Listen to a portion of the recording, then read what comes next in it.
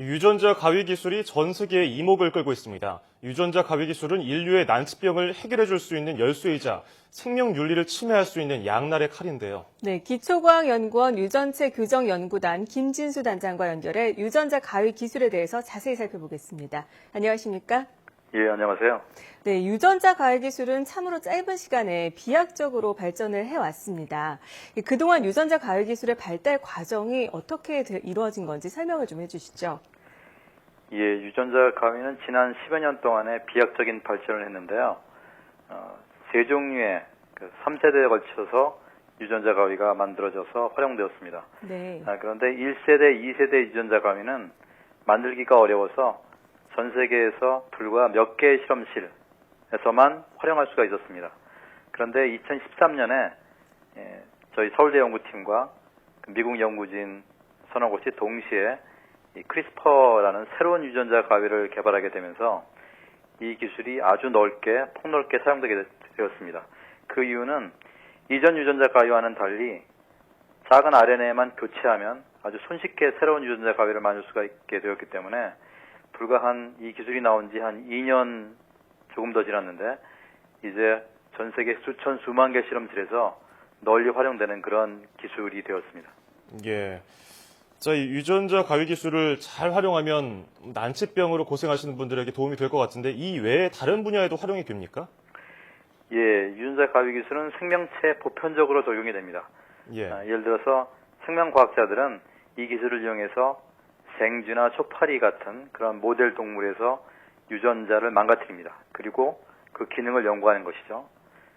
또한 이러한 기술을 이용해서 인간의 줄기세포에서 특정한 유전자의 변이를 가하거나 교정해서 치료 방법으로 활용하려는 그런 연구도 하고 있고요. 또 같은 기술을 농작물과 가축에 활용해서 어떤 광업병이나 또는 구제역, 이런 식물 질병 이런 데 걸리지 않는 그런 가축 농작물을 만드는 노력도 지금 활발히 진행되고 있습니다. 예. 네, 아주 다양하게 활발한 연구가 진행되고 있는 상황인데요. 그렇다면 언제쯤에 이 유전자 가위 기술이 실제로 난치병 치료에 적용이 좀 될 수 있을까요? 예, 치료제로 활용되기 위해서는 전임상 그리고 임상 시험을 통해서 안전성과 효과를 입증해야 됩니다. 그런데 아시다시피 이 전임상 임상 시험에는 상당한 기간과 이제 비용이 들게 되는데, 네네. 제 생각에는 이 분야의 연구 발전이 굉장히 빠르게 일어나고 있고, 또 몇 개의 회사들이 만들어지면서 많은 투자를 받고 있어서 2, 3년 안에 이 기술을 이용한 전임상이 완료가 되고 임상을 시작하게 될 것이고, 그렇게 되면은 빠르면 한 7, 8년 이내에도 이 기술을 이용한 신약, 치료법이 나올 수 있다고 생각이 됩니다. 예.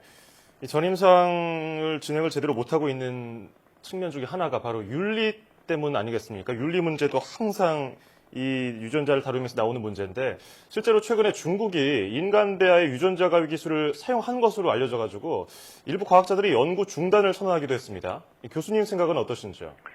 예, 그 윤리 문제에 약간 이제 오해가 있는데요. 예. 이 기술을 이용해서 성인 환자의 어떤 돌연변이를 바꾸겠다 또는 일부러 돌연변이를 일으켜서 질병을 치료하겠다고 한다면 기존의 치료법과 다를 것이 하나도 없습니다. 예. 예를 들어서 의사들이 외과 의사들이 수술용 가위나 칼을 이용해서 수술을 하죠. 그래서 뭐 종양세포도 제거하고 잘못된 부분도 교정하게 되는데 마찬가지로 이제 미래에는 이 유전자 가위를 이용해서 잘못된 유전자를 고칠 수가 있는 것이죠.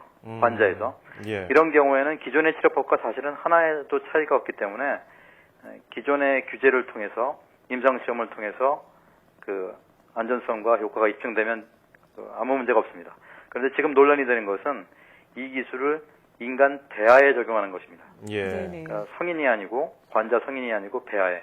그렇게 되면은 이 배아에 변이가 생기면 그 변이가 대대손손 물려지거든요. 예. 네.